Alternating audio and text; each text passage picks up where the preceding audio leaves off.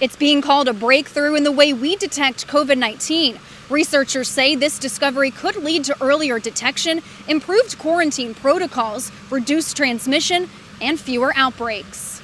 Researchers at East Carolina University have found a new way to detect COVID-19 by testing the air passing through building ventilation systems. The idea was to basically find out if we can detect COVID inside a building from one location and develop a surveillance method out of it.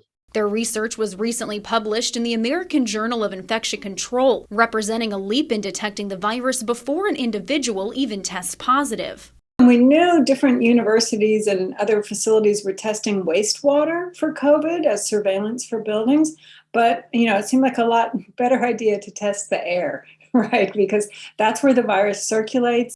They conducted the study during the spring 2021 semester, collecting samples from 2 large student dorms and an isolation suite for students. The sampling was done basically in both dorms for 24 hours, and then the samples were sent to Dr. Roper's lab for PCR analysis. Testing the heating, ventilation, and air conditional systems to learn whether SARS-CoV-2 could be detected through air particles in the return systems. We were able to detect COVID in the air in 14 different cases in that one semester. And then, the next day, students would come up positive for COVID. So we had a good correlation there. It was much easier to detect COVID if the person was on the same floor as the HVAC return. So the closer you are, the easier it is to detect it. I spoke with researchers Dr. Sinan Susan and Dr. Rachel Roper, who tell me their research could be used in early detection building surveillance for not only COVID-19, but other viruses as well. This could be used in hotels, in dorms, in any large building. It could be used to surveillance for COVID or for influenza or any